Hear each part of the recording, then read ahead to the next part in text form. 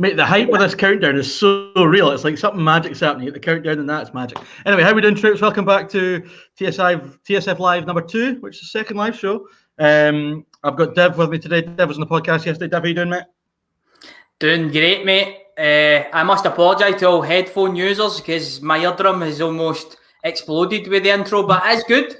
I was getting hyped up, mate. I was getting right up for it there.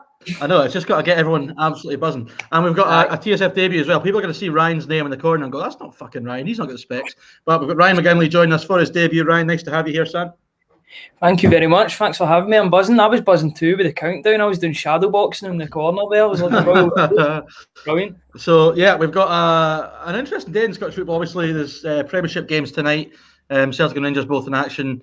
But last night there was some games. We'll go through some of the stuff from last night. But we might as well kick off with what we did in the first 2 shows this week with Super League chat. But finally, I mean, we've got good Super League chat because they've absolutely shat the bed and the Super League is in the mud.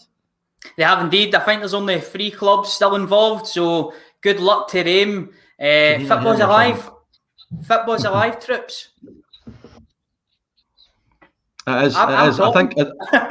Aye, that's fine. I think we've got some sort of connection issue. There's like a delay or something, but we'll figure. I think it should sort itself out. But aye, Ryan, you said to me, Ryan, before you came on, you were looking forward to talking to me about this Super League stuff. So it's fucking magic. Yesterday was a good news day in the world, and finally the greedy bastards have they've been told where to go. There was a lot of good news yesterday. Obviously, they don't want to bring too much politics into it, but the whole George Floyd thing as well. It felt like a sort of good prevailing over evil day yesterday with the Super League as well.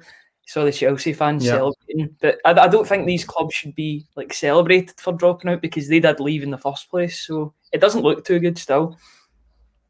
I'm just looking at myself here. I've got the sun big time today playing foot golf, man. It's absolutely wild. But yeah, Dev, I mean, you've seen lots of stuff. The Chelsea fans that hit the ground last night. Did you see Peter Cech in amongst the Chelsea fans? He was like, what was that all about, man? They were like, I thought they were going to start going for him. I was watching Fogden. You know Fogden? I was watching his video. And you see Peter Cech coming out and you see him tapping him on the back and basically saying, go and get them, Tiger. And then big Peter Cech just starts going, game. He's basically telling them to fuck off and let the bus come. I was expecting a big speech or something like, we're out, boys, we're leaving the Super League. But he didn't, unfortunately. That'd have been good though, wouldn't it? Yeah, I mean, Peter Cech's not the type of guy you'd mess with either. He's a big fella. Like, I think he'd sort some of them out. He could be handy. You know, we had that chat in the podcast yesterday about which managers you wouldn't want to scrap with. I don't think I'd want to scrap with Peter Cech. He looks like he'd know what he was all about. But yeah, thankfully that's all dead and buried. Because I have to be honest, I was getting a bit bored of the fact that we're going to have a whole week talking about this McGinley. It's already kind of done and dusted. I mean, I don't know if you saw Laporte from City put the video up of Grandpa Simpson go down and just turn around 2 minutes later. Like, it was just all about nothing, wasn't it? There's going to be a cracking Netflix documentary about this in a few years, and I can't wait. Okay, it'll be mental. It's the day the football died and get resurrected after 2 days. Almost biblical the way it's went. I'm just glad that all these teams are pulling out now. I mean, there's only 3 left. It'll be a bit of a shitey competition if there's only 3 of them left and they keep on going with it. But we'll see what happens. Almost biblical, Ryan. Who would be Judas? It's got to be Pires, hasn't it? Aye, absolutely. He's got the hair for it. To be fair, there's a whole fucking... Oh, Yusuf. Yeah, this is like the Brechin of podcast tonight. The connections are all over the place. I'm assuming it must be my connection that's absolutely shattered.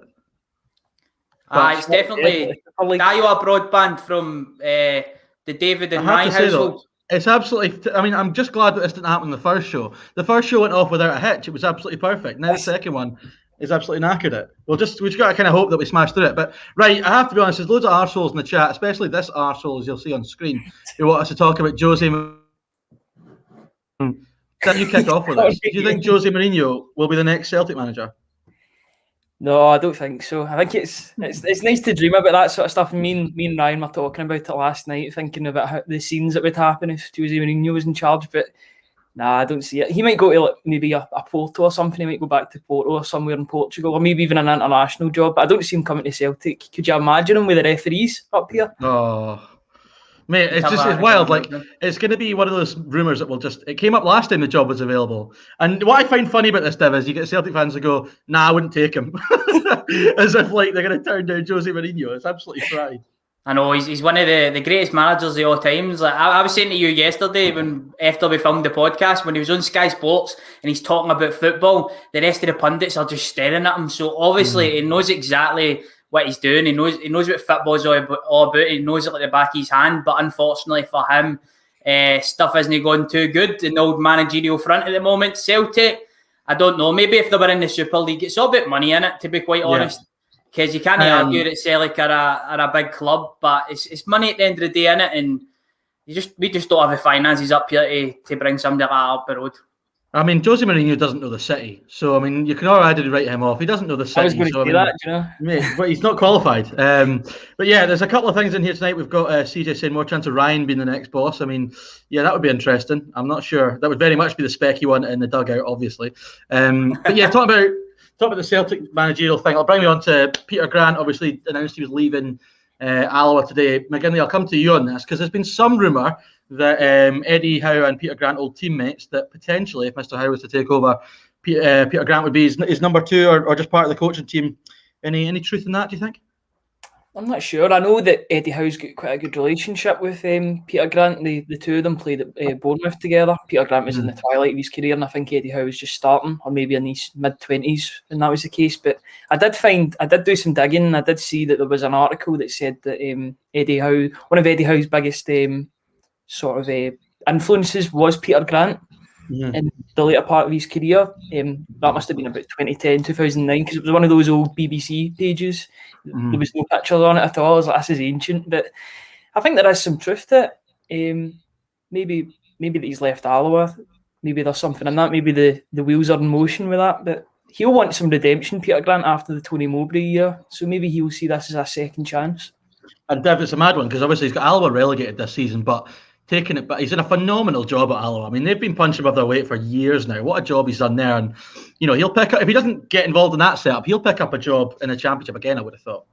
Aye, definitely. It's just not worked out for them this year, but as you said, they have been punching above their weight for a long time, and it's just went one step too far this season when it looks at it. Yeah.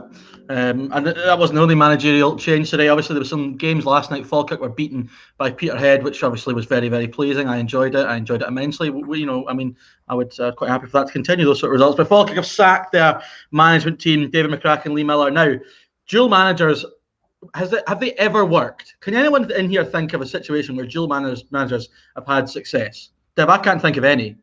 Limited success. I think Ross County get promoted on it, didn't they? Yeah, but then it all came crumbling down, to be fair. But I think one of them stepped up. And in the end, it never really worked out. Do you know what reminds me of that scene for Chewing the Fat, where the head coach is shouting, and then he's just shouting beside him? That's what it reminds me. Surely there's a conflict of interest at some point. Surely one of the managers has got a wee bit more power than the other. So, yeah, I just think things like that are just destined to fail, to be honest. I don't see how one can just be the manager and one be the assistant manager. It's a weird one. It does absolutely seem like a respite. I think they were sharing press duties and stuff, and they must share that. It must just be horrific. You wouldn't know, and players. You could just imagine players turning them against each other. Like, oh, you hear what he said about you? You hear what he said? He's after you, by the way. You can see stuff like that happening, but it hasn't really worked at Falkirk. Last night they got beat 1-0 at Peterhead. Partick Thistle won 2-0 at Dumbarton. They went top of the league, but League One now is ridiculously tight, and it's just mad how we're at the business end of the season, but it doesn't really, to me, it doesn't feel like we're there yet. There's not really that many games left because they've shortened the League One season. McGinley, Thistle looked like they did a pretty tough start, but now top of the league. You'd probably fancy them to come up now. Yeah, I mean, they've got the players to do so, I would say. I think it was a surprise seeing Falkirk sack their manager. I know results haven't been going their way, but they're still second place. They're only a couple of points off the top spot. It's a really tight league. Cove Rangers are there as well. I think Falkirk are playing Cove Rangers at the weekend, aren't they? That'll be a tight game. Just played last weekend. Aye. Cove won. Partick Thistle, Cove Rangers. Then I read somebody was playing Cove Rangers this weekend up at the top. So, it should be very interesting. It should be more televised this league because there's plenty of action going on. David, you say don't have a. Oh, you go, Deb. Sorry. Yesterday you says that you fancied Peterhead. There was something there was something within your loins telling you Peterhead would go out and do it, and I thought you were. I don't know. I just thought you had too much sun yesterday as well, and but they went out, they done it, and I was very surprised, to be quite honest. Falkirk are just in a bit of a tough spot just now. Speaking of teams that people in TSF made predictions about, obviously in a pre-season video, Mr. Ryan 118 predicted that Airdrieonians would be relegated. Another big win for Airdrie last night as they beat East 5-2. I think Airdrie are going fourth now. So Dev, we've nipped at them all season long, but the Airdrie are doing the business. They are indeed, mate. 2-0. Was it 2-0 yesterday they won? 2-0, yeah. Picking up points, mate. That's it. How far are they off top three though? Like 2 points. Is it only 2 points? Wow, it's really tight in that league, isn't it? Just to skip really through it, you've got Montrose in fifth on 27, Airdrie in fourth on 29, Falkirk and Cove on 31, and Thistle on 33. So there's 4 points between Airdrie and Thistle in top spot. So anybody that can go on a run and win, 2 or 3 games in the bounce is going to make the world of difference. But yeah, it's really interesting, that league. And yeah, we'll just go to League Two because last night was the third title winner was crowned last night. Queen's Park have won League Two, and it's mad how you always think of Queen's Park as a team that are just so happy to be down the bottom, but now they've got a bit of momentum, Div, and they're looking to fire up the leagues. That's it. They've got money behind them now, haven't they? It's something that they've not had for years. You look at back in the history books of Scottish football, Queen's Park are there. They were the top dogs, obviously, for the first so many years. It'd be some story if Queen's Park could go on some sort of run and get a few promotions or whatever. I think that'd be some story. But yeah, they've went up quite convincingly this year as well. Yesterday it was a 0-0 draw. We expected them to win, but probably just kind of petering over the line.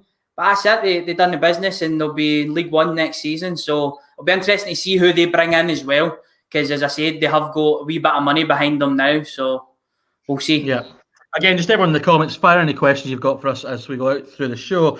Last bit of League Two stuff I want to talk about, because there's obviously an area that's been loads of discussion, is Brechin City, who obviously last night drew 0-0 at Cowdenbeath. They are, they've got more lives than a cat, Brechin, and all this talk, McGinley, is that the SFA or the SPFL, got to decide whether or not there's going to be a playoff down the bottom. Now, I don't think there's really anyone who thinks that Brechin deserve to stay up. I mean, there's got to be, in the interest of fairness, McGinley, there's got to be a playoff down there, surely. Yeah, whoever they face, I think will be favourites against them, because Brechin are used to losing this season. 6 points on the table, minus 31 goal difference.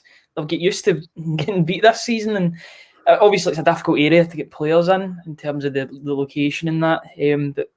But your Celtic Hearts will fancy their chances against Brechin if they were to get the chance. Yeah, Brora as well, who obviously beat Hearts in the Cup. So you've got 2 teams down there who are, going in the right direction. Brechin are hanging on by a thread, man. And I can understand the fear, because if they do drop out, Div, I mean, for a team like that, if they drop out the leagues after being in the Championship 3 years ago, that's the mental thing about this. They were in the Championship 3 years ago, Div, and they could drop out the pyramids, altogether. That's it. They would really struggle, I think, to get back up. Once you start getting into that losing mentality, it's so hard, and especially if they come up against a Celtic Hearts or a Borough Rangers who are used to winning, although I think they only played 1 or 2 games this season or whatever it was. Last season, they done more than enough, Borough Rangers and Celtic Hearts, to have been put in that position. I'm so glad that they were crowned champions. So yeah, I'd fancy one of them to go and do Brechin, to be quite honest. It'd be interesting to see who it is. I think that'd be some game to go to as well. Celtic Hearts and Borough Rangers. How good would that be? That'd be unreal. Yeah, it would be. It'd be really, really decent. I mean, I think it would probably surprise a lot of people, the quality of those 2 teams. I think it really would surprise. We see what Cove have done. And I know Cove have spent money, but there are so many of that squad that were the team in the Highland League. There is real quality down there. So Brechin know they're humped if it ends up with a playoff. So we'll have to see. There's so much quality in the lower leagues, even juniors. Yeah, I always feel like once it gets to a certain level, when guys realise that they're not going to reach the pinnacle, they'll go where the money is. And there's a lot of teams in the juniors that have got a lot of money. You just look at Celtic last year. They were battering teams 9-0 and all that in the Lowland League. They go and play Auchinleck in the Scottish Cup, and Auchinleck beat them 3-0, and that's a junior team. So there's just so much quality in the lower leagues, and sometimes it surprises you when you tune in and you watch it. This is the thing. You can have players that will be full-time in the bottom of the Championship, top of League One, maybe on 600-700 a week, and there'll be guys who are part-time and have got really well-paying jobs. I always think of Rory McAllister, was at Peterhead, now at Cove, scored 25-30 goals a season for about 8 years. Aberdeen always wanted him, but he wouldn't go to Aberdeen because I think he was owned a plumbing company or something like that. But it was honest. It was better off for him to be part-time Peterhead with his job than it was to play for Aberdeen. So yeah, there's lots of quality down there. That'll be interesting. Obviously, got some games tonight as well in the Premiership. Well, we'll start with you, Dev. St Johnstone play Rangers. I know we talked a little bit about it yesterday, but a bit closer to the game now. I saw somebody in the chat earlier talking about Scott Wright, potential chance for him to start. Do you think there'll be a couple of changes tonight? I think there will be a couple of changes. To be honest, it'll be interesting to see what he does. I've seen some shouts for Itten to start. He's been out in the cold for a wee while now. I'd like to see Giannis get a wee chance as well. Scott Wright is the one, though, that a lot of Rangers fans have been calling for. I've been so impressed since he came in. And it just goes to show you the level sometimes in coaching. They've looked at Scott Wright and have said he needs to bulk up a wee bit. I believe he got quite a lot of injuries at Aberdeen. He was a bit inconsistent. Came to Rangers, he's put on 4 kilograms of muscle. He's just been ramming steaks down his gullet, honestly. And when we played the last round of the Cup, it was brilliant. The last round before Celtic, it was really, really good. And he's a player that excites me. So he is the one I'd like to see get a wee chance tonight, just to see more of him, you know. But going into the game, again, confident. I believe Patterson is still... there's still no word on his ban, so I don't know what's happening there. I think he's going to be brought that up. CJ's coming. Brian Kinnear on the bench versus Staying last night when Patterson's ban hasn't been upheld yet, so he should be able to play tonight. Thanks, but CJ, I mean, Tavernier was on the bench, so do you think he'd be close to starting? Maybe, I don't know. I know, but it would potentially be a wee bit of a risk. He just came back to training last week, didn't he? So to throw him right back in at the deep end, if Patterson's there, he's already showed that he's good enough to start. So if Patterson's there, you would start him until Tav is back to, I don't know, a higher level of fitness for me anyway. Scott Wright is a really interesting one because I think at the start of this season, I thought Aberdeen had a good start to the season. It was largely down to him, Ryan Hedges, Marley Watkins. They did really well, and he's a decent player, McGinley, and he's had a decent. His cameos at Rangers have been good. I suppose for you, in terms of, I know Ryan said this yesterday, Callum said it on Monday. Just want the season to be over now. It's been absolutely dreadful, start to finish, basically. Second game of the season, we dropped points, and you just knew then it was going to be a complete nightmare, especially with the whole bowling goal incident as well. It felt like we were on an uphill battle ever since then, but these games are just like a dead rubber. The only interest I've got really is if we play some of the fringe players. But to be fair though, Ryan, I'm hearing that you are an avid watcher of the Albion. Yesterday they mentioned that in the podcast. Is that true? You've still got Albion Rovers. Still got a wee bit to play for, to be fair. Loads to play for. Albion Rovers. No, I've only been to the one Albion Rovers game, I'll be honest, and it was 7-2 against Deirdre, so I picked my moments perfectly. I know a lot of the boys that are there, and my cousin's one of the directors up there, so. Oh, nice. Oh, contacts. I know. We'll get a done at Albion Rovers. A wee documentary, Dev. Sounds great. Sounds absolutely. Let's link up, Ryan. It's weird, actually. It's weird talking to Ryan on an online show and actually enjoying his company, man. It's strange, but I'm enjoying it. It's a rare occurrence, but it's very pleasant, I have to say. Lots of chat about ball and goalie on Ryan's going to donate £1.99 every show, I think. So we'll have a studio in no time, troops. Anyway, elsewhere tonight, we didn't talk too much about the Aberdeen Celtic game. McGinley, we mentioned yesterday about Scott Brown. Do you think Scott Brown's just going to chuck it tonight and going to sit beside Stephen Glass? He probably should. He shouldn't be in the Celtic lineup anyway. I don't think he should play in any more games apart from maybe a 20-minute cameo at the end of the season, the last game of the season. No, I think we should be playing Sorrow till the end of the season because he'll be there next season, and I think it will actually do Aberdeen more use than Celtic if he plays tonight because they'll get to know more about him. I know obviously all the teams know about Scott Brown, but even seeing him in person, they might know how to utilise him next season. I mean, that is going to be the interest. That is an interesting wee story from tonight's game. Aberdeen Celtic is normally one of the big games in Scotland, but there isn't an awful lot. I mean, all you've got tonight that's on this really is Aberdeen fans looking for an improved performance. Again, we mentioned the other day, Dev, they need to start playing some nice football. I honestly think that Aberdeen fans aren't that fussed about results just now because, I mean, under McInnes, let's face it, over his tenure, they did pretty well. They did very well, really. And the results they always ground out results, just not playing that well. They're going to want to see some decent football, Dev, to give them some hope for next season.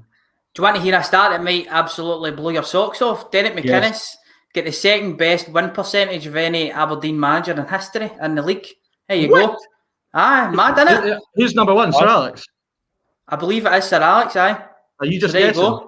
No, I know he's number 2, but I'm positive when I read that, it's a couple of months ago, that Sir Alex was number 1. You would think so. He won leagues in that, didn't he? He was causing it with Aberdeen, but there you go, Derek McInnes. I think he was up at like the 57 percentile or something like that, something mad. But I think the narrative of Stephen Glass coming in and taking over is probably one of the only storylines you could look at for the game. To be quite honest, it's something of interest. So yeah, again, it's no on the telly or anything like that, no. So he's going to cough up to watch, I believe. Oh, he's good. He's good. He's loyal. Yeah.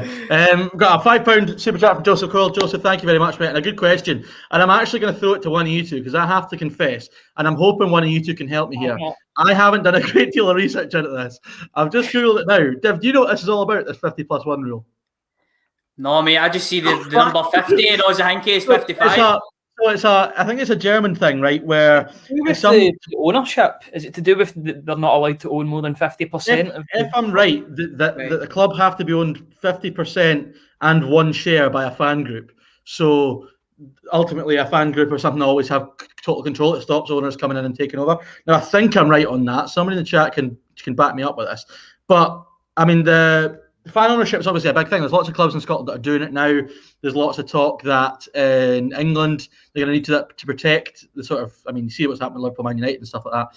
Fan ownership is, it's a. I think in an ideal world, everyone would love their club to be fan owned because ultimately there's that element of protection there, Ryan. And I mean, the Fairmen are fan owned, so I'm happy enough with that.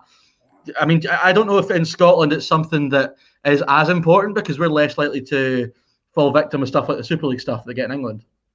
Yeah, I mean, it's always a nice idea. Obviously, you look to Germany, the way they do it's quite good because they actually treat their fans like human beings most of the time. They treat their fans with respect and that. Apart from, unless you could mention Leipzig in that. That's the reason why Leipzig are so disliked there because I don't know if they follow that rule at all. I think they're maybe the only exception to that rule. Ryan, I think it's actually against the rules of the league to break this 50+1 rule in Germany. But obviously Leipzig, with the money that's been absolutely pumped into them, they're just hated, aren't they? To be quite honest, I was just doing a wee bit of quick reading on it. It basically gives the fans more of a say in the club. But it means that all these corporates that we've seen come in with a Super League pish can just completely make it a dictatorship at a club. The fans have always got a voice. So in that way, I think to answer Joseph's question, I think it'd be a great idea to incorporate that. Yeah, I mean, absolutely. It is. I think it's the perfect way, isn't it, in terms of football? And we spoke about German football yesterday in the podcast, and it's maybe not as much a case in Scotland. It's worse in England, but like fans in England are treated more like customers than supporters of the football club, which is the mad thing. So, yeah, I mean, I would love to see something like that. Again, I can't. I've got a fan-owned club, so the Fairmen are fan-owned. So, actually, until we've sold to a bunch of Germans, but German guys coming in is probably a good thing. So we'll see. But yeah, that's an interesting thing. Other games tonight. What else have we got? Lanarkshire Derby. It kicks off in half an hour. Dev, we spoke about this yesterday. Did we both pick Motherwell? Both pick Accies? No, I think you took Motherwell because you seen Accies been under a whole lot of pressure because I think you took Kelly and you took that's right, Ross County. You took County. So I think this is just Hamilton's game. I was tempted to stick 2-0 alone. I was very tempted. I'm putting this out here actually on the live, right? What I was going to do was 2-0. This is not financial advice for anybody, but I was going to go 2-0 Kelly, 2-0 Hamilton, and the odds looked absolutely glorious. But I'm shitting out here. I don't know. It's just Aki's a clean sheet, innit? That's the thing. I know.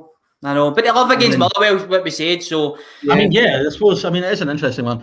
Ryan, we spoke about this yesterday, and I think tonight is going to be a massive night in the relegation battle. I predicted that Hamilton will be a bit adrift tonight, like Kelly and Ross County will win. How do you see it going? Firstly, tonight with the Lanarkshire Derby and also relegation battle in general.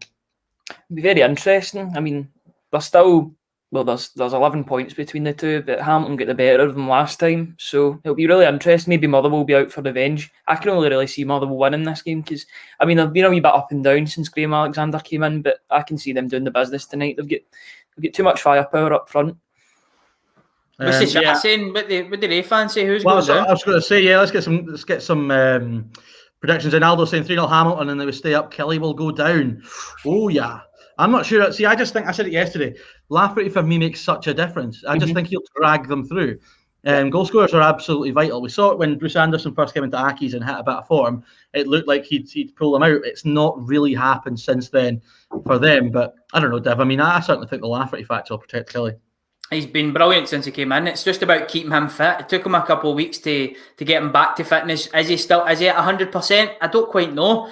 But what I do know is during the crunch time in seasons, he comes alive, and he has done for Kelly, who just looked destined to just no do it, and they were conceding a lot of goals, which they've been famously known for in the last couple of years of not doing, and they were only scoring a lot, so it didn't look great for them until Kyle Lafferty came in. And credit to Wright as well, I think, with his reputation, he's been able to lure a player like Kyle Lafferty over to Kilmarnock, and he could be the difference, and I think he will be, to be quite honest. Now, there's some accusations going around in the chat here.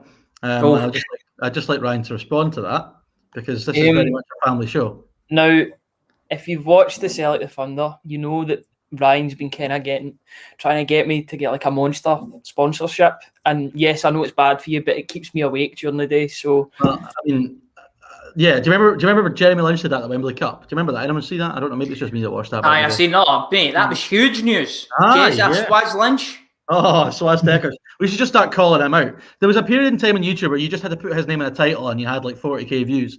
It was a beautiful time to be alive. Where was going to go next? So yeah, also we talk about the relegation battle. Also, Aberdeen are still in with a slight chance of third place. Hibs play Livingston tonight. A win for Hibs tonight will all but seal it. Dev, and we talked about this yesterday, so I actually come to McGinley on this. There's been a lot of discontent amongst Hibs supporters, especially after the semi-final defeat in the League Cup, but they're still in the Scottish Cup. They made one cup semi-final and they're probably going to finish third. That's a pretty good season for Hibs. No, it's their best season since, 2005? Yeah, wild. I mean, for a team that has been relegated a couple of times, I mean, they've done really well to sort of steady the ship. I think Jack Ross has done a great job. I mean, people tout him all the time for the Celtic job. I don't think he's near enough ready for that, if ever. But he's done a good job at Hibs. I mean, what more do they expect in third place? There's been a lot of that this season, isn't it? Entitled supporters all over the shop. Everyone's at it. Entitled Neds. But in another point you could make is Celtic have dropped so many points this season. Maybe Hibs haven't capitalised on that, but third place is still a great season for them regardless. There was a slight period in time where there was a maybe bit of hope for Aberdeen and Hibs of both catching Celtic, but it's kind of petered out again recently. What was going to come to next? David Hunter's asking, at New Douglas, well, it's the Fountain of Youth Stadium, David Hunter. Let's get that right, because I got that wrong yesterday. But yeah, Dev, what did you go with the prediction? I think we both went Hibs, didn't we? I fancy Hibs in this. Yeah. With him having a wee bit more to play for, with the fact that Aberdeen there's still a glimmer of hope for Aberdeen. And I think Hibs have been quite solid over the last few weeks, so I fancy Hibs in this. So that probably means that they'll get pumped, to be quite honest. If I'm predicting them, and I'm predicting them quite handedly, then they'll probably get beat, to be honest. So we'll see. I just want Big Kev to score. I'm just an absolute fanboy when Nisbet. You love him, don't you? Every time he scores, I get messages off people. There's Nisbet scored again. I'm like, yes. I mean, it's honestly class to feel justified when you say you big up a player and it doesn't. You know, I remember when he was at us, and I was like, you watch, he'll be capped by Scotland soon enough. I'm telling you. I'm like, oh well, he fucking shite them film and they're fucking shite. But yeah, so he's flying. He's found a bit of form as well again recently. Just trying to see. There's not really any. There's not really any dead. This is what I love about the split, actually, because I know the split is a bit controversial, but you look at the games tonight, the actual dead rubber, if you could even call it that, is probably Aberdeen Celtic, which is absolutely mental. Yeah, I mean, it's absolutely wild. So yeah, I'm trying to think if there's any other games to go through. What other news have we got? Any other questions from the chat? I'm a wonderful host. I don't have a clue what I'm talking about half the time. There's just a few people in the chat, David, saying Kolo Touré. Yeah, well, somebody when Duncan had said about Jeremy Lynch being the best in the ball at Arsenal, David just came in with Kolo Touré. So I mean, Kolo Touré was an absolute player. The video that Ryan was mentioning there, that Batman music video that Jez Lynch done, that was absolutely shocking. Oh, that was his downfall. Yeah. It was because then Stephen Tries absolutely rinsed him for it, and that's where the whole drama came out. That when he was jumping on the monuments, not the monuments, but like the stone stuff in London next to the London Eye. He's trying to do parkour stuff. He looked like a diddy. I mean, he always looks like a diddy, but You know what I mean? I don't know. It's not that he's really good at football, but see if he just took himself less seriously, he'd actually be like, he just takes himself too like seriously. Billy like Billy, everyone likes Billy. Exactly, everybody likes Billy. Everybody likes somebody called Billy, you know. Spunkphone's asked. Oh wow, that's controversial. Spunkphone's asked. I don't know. I don't know. Just a better name than fucking Jezza. I just didn't know where you were going with that. That's all I'm saying. Oh, that's your dirty mind. You behave yourself. It's only very poor. 30 minutes past 5 on a Tuesday or whatever. Spunk was asking this question. I don't know if it's like trying to get us. Is this one of those things he's trying to get us with? Big place is glad to go into the B. Is he trying to get us with something here? I don't know. I was going to say Bell Grove. I was trying to do all the train stations, but Bell's Hill, says Craig. I don't know if there's a. There must be a. There's got to be a trick there. Anyway, foot golf today, by the way. We'll need to get a TSF foot golf just so we can have full footage of Ryan going around that course. What was it? He got 137 shots around the course. Now, I got or 130 something. I got 94 and I was embarrassed. I thought I was shite. What was the best score, David? One of my mates got 84. I was second in 94. So, I mean, but hey-ho, it is what it is. But that's something we'll certainly need to do on a TSF day out. This is what I was going to ask you next, right? Because we did this funny question yesterday about which managers in the SPFL you wouldn't want to come up against. Who do you think can handle themselves, right? David Hunter works in Morrison's in Hamilton, David, am I right? And he always sees Brian Rice go in, and he's always telling us what Brian Rice has got in his messages, right? So, oh, mate, I didn't hear this. I've never heard this. So, well, I don't know. David can tell us what Brian Rice always gets, but what I'm asking you, right? So we've got the 12 top flight managers, right? What are they getting for their meal deal at Tesco? What do you think is a meal deal for, like, what do you think John Kennedy's meal deal is? I mean, what do we think everyone gets? Kennedy, wow. I think Kennedy would be, like, really boring. Like, yeah, ready salted, water, and I don't know. I just can't see him being up to much. Whereas I think, like, Big Chipper would have, like pickled onion Monster Munch, you know, what else? What would he have to drink, Big Chipper? That's the question. His would definitely be. He would definitely have something with a bit of. David Hunter saying that Big Chipper's a coleslaw and cold meat man. So I can see him. I can see him with a fork full of coleslaw. I have to say, it doesn't really do it for me, but yeah, it's an interesting question. I love these stupid questions where it's about guessing the personality of all these managers. Yeah. Do you know who would do well in a meal deal? Tommy Wright, because he never spent one penny when he was at St Johnstone as manager. Never signed a player for. So you know what I mean? So he'd be straight. David Hunter, if you're in he'd be straight for the Red Bull. You know he's gone for the Red Bull. Aye, Tommy Wright's gone for the Red Bull, or he's gone for the Innocence movie because he's getting his bang for his buck for sure. Well, I think he's getting an Innocence movie because he's looking great, Tommy Wright. He's looking super. Oh, it's what he said when he was out at work. He just went on walks and walked for ages. So yeah, that's he just walked and listened to shite for about 6 months, which is absolutely mild. I wonder what he listens to. Did he say he listened to shite? I don't know what. Just in general, I don't know what shite he was listening to, but I don't know. Maybe he listened to us if he was listening. What sort of music would he be into? That's the question. Who we talk about, Tommy Wright? Aye, I think he'd be like an opera man.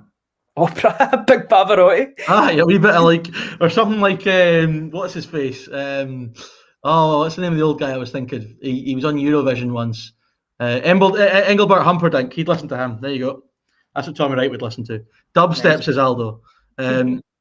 Apparently, I get a cheese sandwich, water, and ready salted crisps. Wow, I'm really offended by that, to be perfectly honest. I'm not saying it's wrong, but hey ho.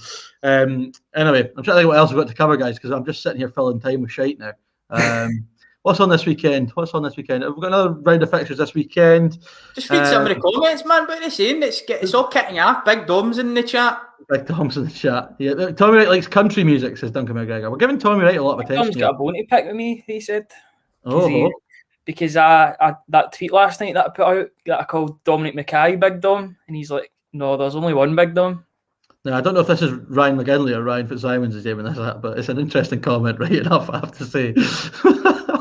Probably Ryan Fitzsimons. I could see him just cutting about in a pair of jammies listening to shite. But yeah, Scott Wright is going to be an interesting one tonight because see for Rangers, right? We talked about this. Let's talk about football. Let's talk about football for a change. We talked about this before Aribo's performance at the weekend. See for next season, that might be an area Rangers look to invest in, right hand side of something feel the right winger role. I know Scott Wright, I think he predominantly would probably play off the left, but he's going to be hoping that he can force his way into the team, and if he's going to do that, it will be in that position because he's not going to get in ahead of Kent. No, Kent at the weekend was just a joke, wasn't he? He was an absolute joke. He started the season off really well, quieting down a wee bit, but it was still. You need to watch Rangers every game to kind of see some of the work that he would do, and sometimes the numbers didn't reflect that. But in the last couple of months, again, he just came alive. He's been really good. So you would imagine that position is his. So yeah, that right hand side, as we said, is a position in Rangers which could be there for the taking for Scott Wright. But again, as you said, Aribo was brilliant at the weekend. Yeah. And Aribo's always the guy who is trusted in that position. When you come up against a team who, are going to give you a wee bit, basically, a half decent, it's always Aribo that gets a shout over Hadji. Hadji is brilliant as well, though, but he's very young. So people forget how young Hadji is, and maybe a wee bit of lacks in experience when it comes to the discipline of tracking back and such. So that right-hand side for Rangers is up. It's up for somebody, but Aribo's probably my shout at the moment. Just on that, because somebody said I've got the wrong date in the bottom. We'll have to change that. It's right in the title, but I didn't get it right at the bottom. What I was going to say, because there's obviously all the talk, McGinley, about Celtic's overhaul this summer. But see, for Rangers, just from your point of view, there's not been a lot of talk about who they're going to lose. See, like last summer, there was all this talk about teams coming in for Kent, Morelos. There isn't really anything just now. And I'm looking at Morelos now and thinking, I'm not really sure he wants to leave just now, because he's still got European football, and this Rangers team are kind of, I still think, early on in their kind of progression as a team. Yeah, I don't think they need to make many. They don't need to sell many players at the end of this season. Maybe Barisic might leave, because I know he's in the sort of his prime of his career. They might want to get the best sort of money for him. But no, they've got a pretty young squad that they can maybe add wee pieces to. So I think Scott Wright was a great wee bit of business, because he knows the league and he's done really well in some of the cameo appearances that he's had so far. But there's certainly more work for our end of Glasgow than Rangers, for sure. I mean, it's going to be the amount of videos where Ryan especially can get so many videos out of linking Celtic with players. It's been mental enough for the manager, but they've not even talked about any players they're going to sign yet, and they need. A bit mental, I know. It's like, this is the thing. Like, I know a lot of people say that Eddie Howe's on the way, but I mean, if they don't confirm him, they should be starting to sign players now. Like, it'll get to the point where it'll come June, July, and Celtic have got like 12 players left. It's absolutely wild. Yeah. But yeah, Dev, it's going to be a quiet summer for Rangers, I'd have thought. I think the biggest business that they'll do is trying to keep a hold of their assets, and Morelos has showed in the last few months how big an asset he is.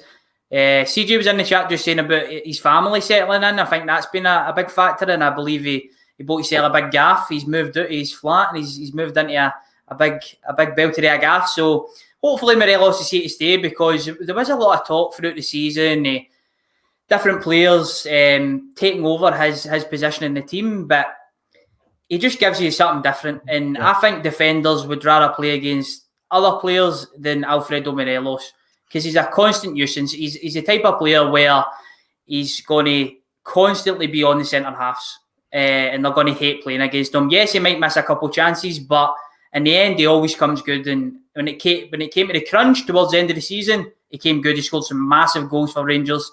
Hibs away was huge, and then the one that for me it looked like sealed the title for a lot of the Rangers players with their reactions was Livingston away. So most of the business will be keeping the assets. There was a small period in the season where it looked like Roof might have taken that spot. We said Morelos has come through. Goldson and Kamara need to sign new contracts, so they're off skis, says Duncan. What is the script with them? I'm guessing they don't have that long left in the contracts then.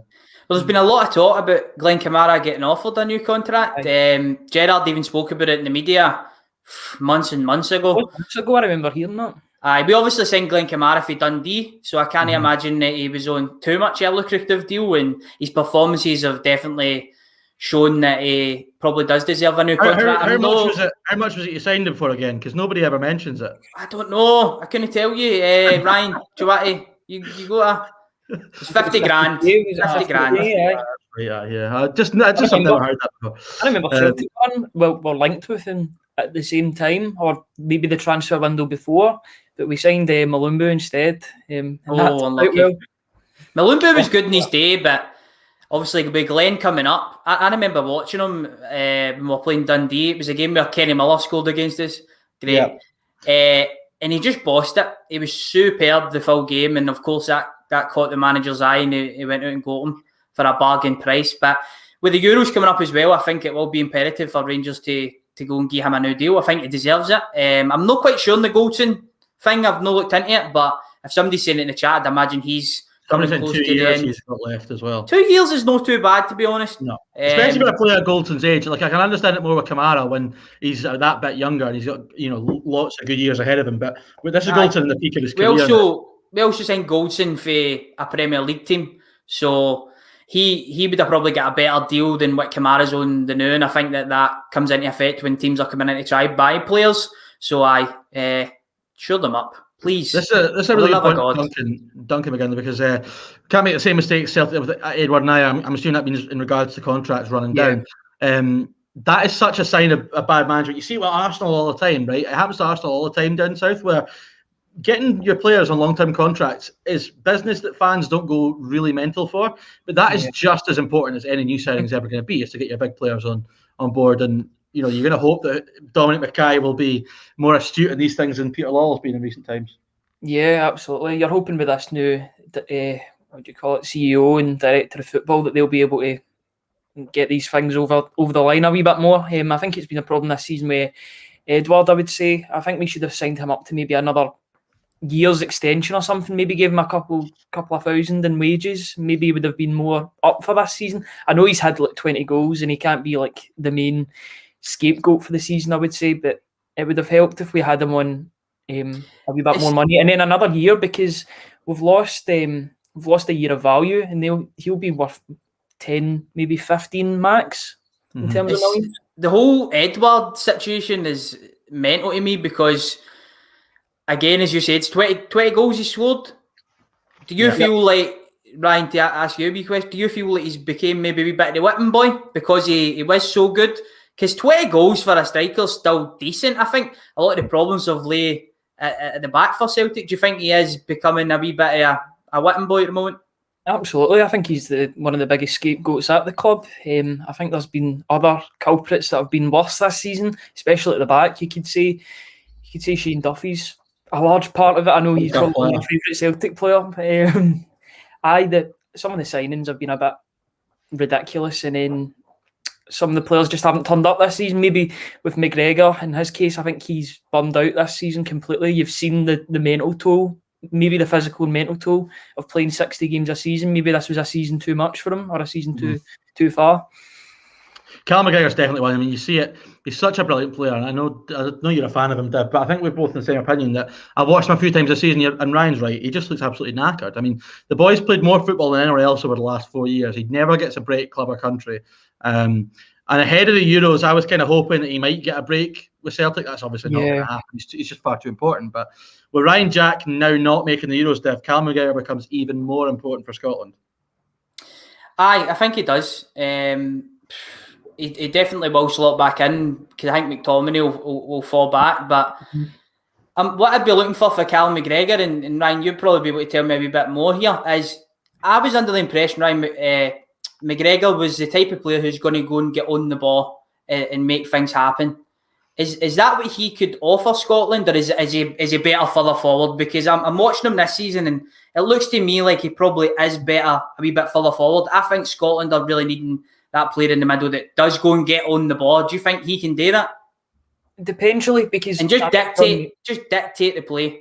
Yeah, I think he's best in a free role, just in the middle, where he can go back or forward, depending.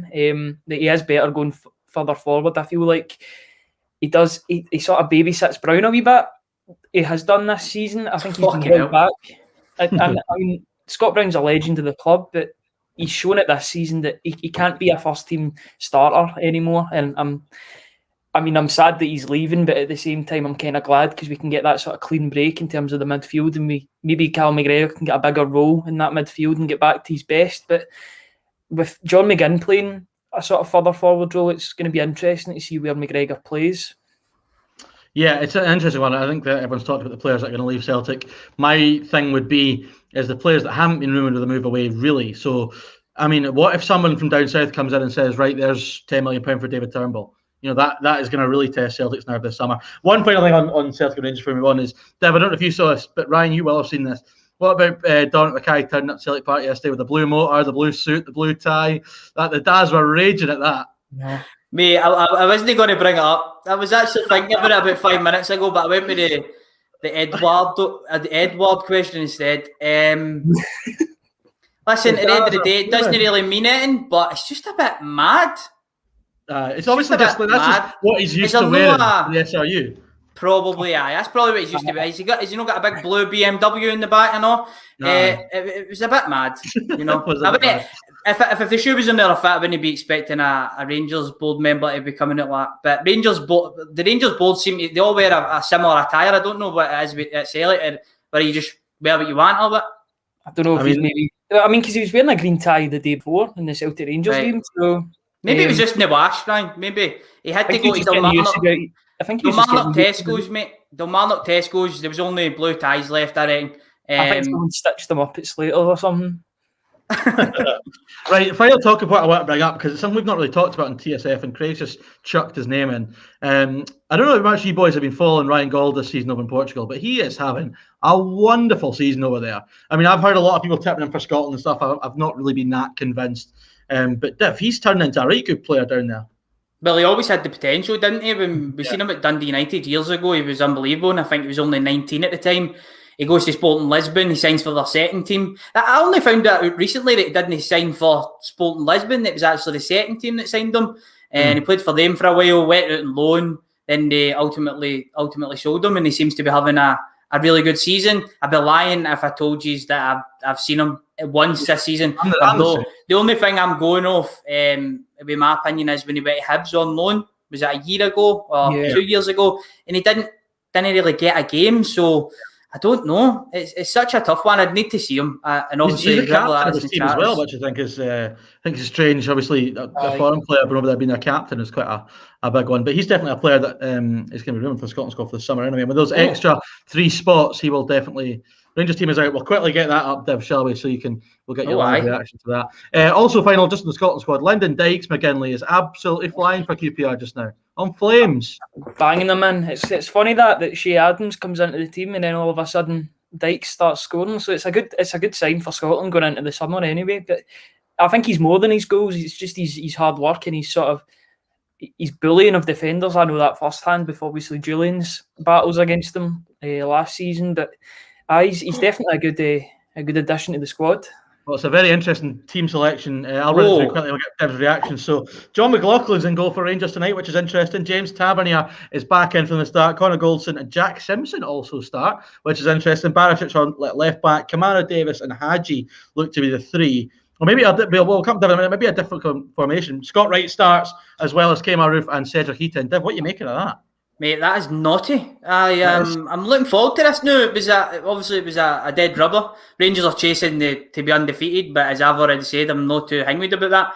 McLaughlin starts in goals. He was brilliant for Rangers at the start of the season, so no worries about that. Wee bit surprised Tav's back in because Patterson is on the bench, but again, everybody always talks about his fitness, so he might have progressed a lot faster than a lot of us were expecting. Simpson gets his chance. He's only had I think he was on for 20 minutes in one game, and he wasn't too great. I think McNulty scored off his side and Goldson wasn't too happy with him, so it's a chance for us to see him.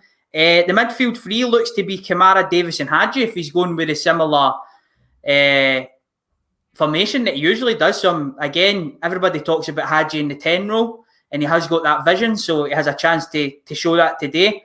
Wright, Roof and Eaton all start. So he's gave a lot of opportunities to a lot of the fringe players. It's up to them if they can go out and they can take it, because I'm sure St Johnstone might have made a few changes and all, to be fair, with the cup tie coming up. So it's going to be a good one. Looking at the strength of that bench for Rangers, that is where the difference has been with Rangers this season. You look at how strong that bench is, it's frightening. I mean, you've got Defoe, who is a sub anyway, it's fantastic. Kent, Patterson, Aribo, Morelos, Arfield, Harlander, Bassey, McGregor. It's a frightening bench. But that's going to round us up for tonight. Unless there's anything else you want to add, lads. The last thing I'd like to add, just going back to that lineup, the fact that Stephen Davis is still in that 11. Yeah. Unbelievable. I mean, you'd imagine he'll play at the weekend as well, no? 100%. You'd have thought so. But there you go. I suppose with that, when you do look at the Rangers bench, so the only position that you would say maybe they don't have that natural replacement is for Davis. I mean, Arfield's certainly not a sitting midfielder by such. So no, definitely. I'm the not fact sure he's capable to do it is unbelievable. You're right. Absolutely. So big chances for Rangers players tonight to make some impact. We'll be back tomorrow with a podcast. The Specky one will be back for anyone who's been missing them. I don't know if that's possible or not, but if anyone has, then they'll be back tomorrow. And yeah, we're back again on Friday for live. And yeah, see you later. Cheers. I've ended Catch you, video. Woo!